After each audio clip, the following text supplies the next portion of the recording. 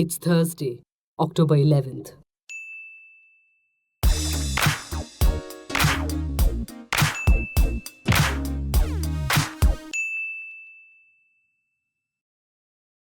The Supreme Court has asked the government to provide details of the decision-making process that resulted in the contract for the purchase of 36 Rafale jets with France in a sealed envelope.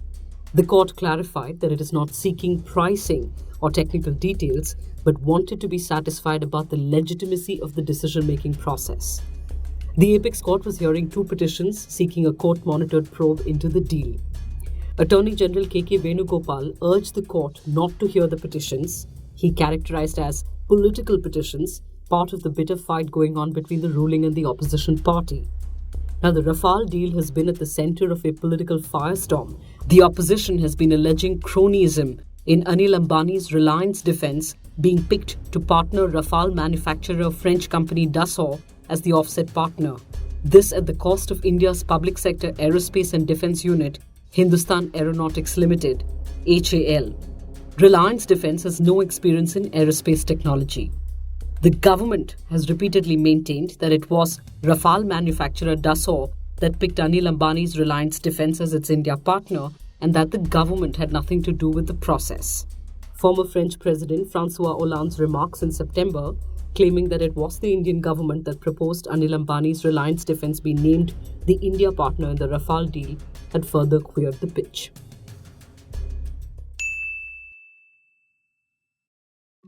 It's that time of the year when Delhi's air pollution crisis, rendering the national capital near unlivable, becomes part of public discourse again. The air quality index has dropped to poor in Delhi as per the System of Air Quality and Weather Forecasting and Research. Stubble burning by farmers in Punjab, Haryana, Western Uttar Pradesh and Rajasthan are seen as a key contributor to Delhi's air pollution.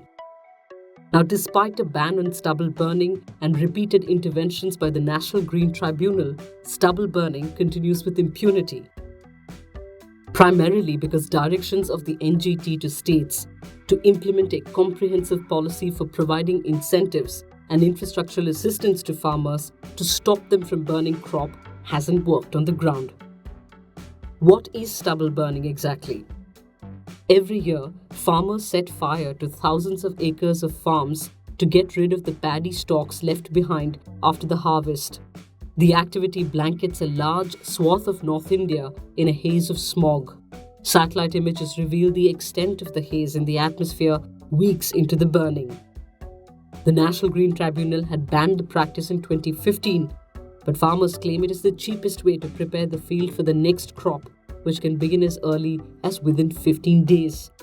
The stalks are a leftover of the mechanized harvesting process. Farmers claim removing stalks manually would cost them 5,000 rupees an acre.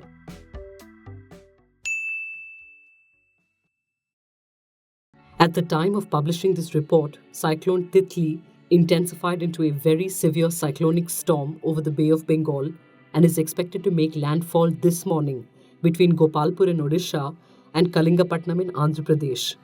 There was heavy rainfall in several districts of Odisha Wednesday evening.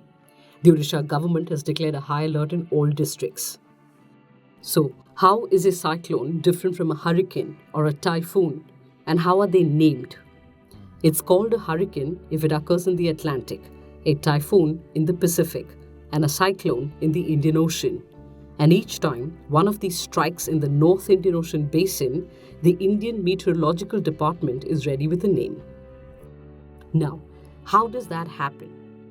The World Meteorological Organization has divided the world into 9 zones, and picking a name for one of these extreme weather events depends on where it occurs. This process began for some regions in the early 1960s, but for cyclones occurring in the North Indian Ocean basin, it began only by the year 2000, and the Indian Meteorological Department was picked for the job. The 8 countries from Oman to Thailand were asked to submit a list of 8 names each, which was done by 2004. On the list, the countries are arranged in alphabetical order, and the names are picked horizontally, which is why Cyclone Vardha that made landfall in Chennai in December 2016 was given the name suggested by Pakistan.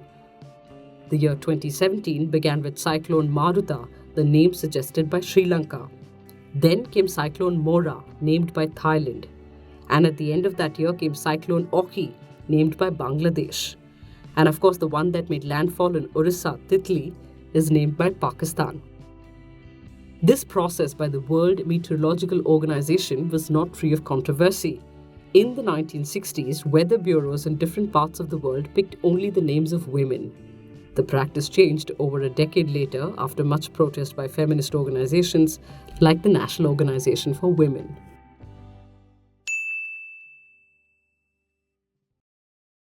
So, here's a question. What's the one thing that has characterized people leaving, that is resigning or being fired from the Trump White House? You guessed it, chaos. Now, to that, compare this. So, Nikki, I just wanted to tell you that we will miss you. We'll be speaking all the time, but we will miss you nevertheless. It has been an honor of a lifetime. We're all happy for you in one way, but we hate to lose. I am such a lucky girl. How positive? Well, Nikki Haley has resigned as America's ambassador to the United Nations and will vacate her post at the end of the year. With an approval rating of over 63% across American voters, Haley is arguably the most popular figure in the Trump White House. And there has been wide speculation on the real reason for her resignation, one of which is that she may be quitting to run for president in 2020. However, denying all claims, Haley said in her resignation letter that she was a strong supporter of term limits and was leaving as she believed that rotation in office benefits the public. The 46-year-old Indian American in her 2-year term has been instrumental in the imposition of sanctions against North Korea, aggressive action against Iran, shifting of the US Embassy in Israel to Jerusalem, and the quitting of the United Nations Human Rights Council and the UN Relief and Works Agency for allegedly being biased. The question now is who will fill her shoes, and the first name to have come up was Trump's daughter Ivanka, whom the American president personally endorsed. I think Ivanka would be incredible. That doesn't mean I'd pick her because you'd be accused of nepotism, even though I'm not sure there's anybody more competent in the world. A statement that elicited sharp reactions given Ivanka's, obvious lack of experience in foreign policy or government. Ivanka later denied any such move. Ivanka and her husband Jared Kushner both work in the White House as high-level advisors. Incidentally, Nikki Haley also endorsed the couple and said, Jared is such a hidden genius that no one understands. And finally, IDIOCRACY, idiocracy. No, we aren't playing spelling bee. Idiocracy, noun, meaning a government formed of people considered stupid, ignorant, or idiotic, is one of the 1400 words that have been added by the Oxford English Dictionary. First used in 1967, it owes its current prominence to a 2006 satirical film on a dystopian future where the human race has become extremely ignorant, stupid, and anti-intellectual. Other words added this year include nothing burger, meaning a substance of no importance or something which, contrary to expectations, turns out to be unremarkable. Fam, meaning family and close friends, and even Spielbergian, inspired by the filmmaker. Can you use one of these in a sentence? Try it out, and we'll see you tomorrow.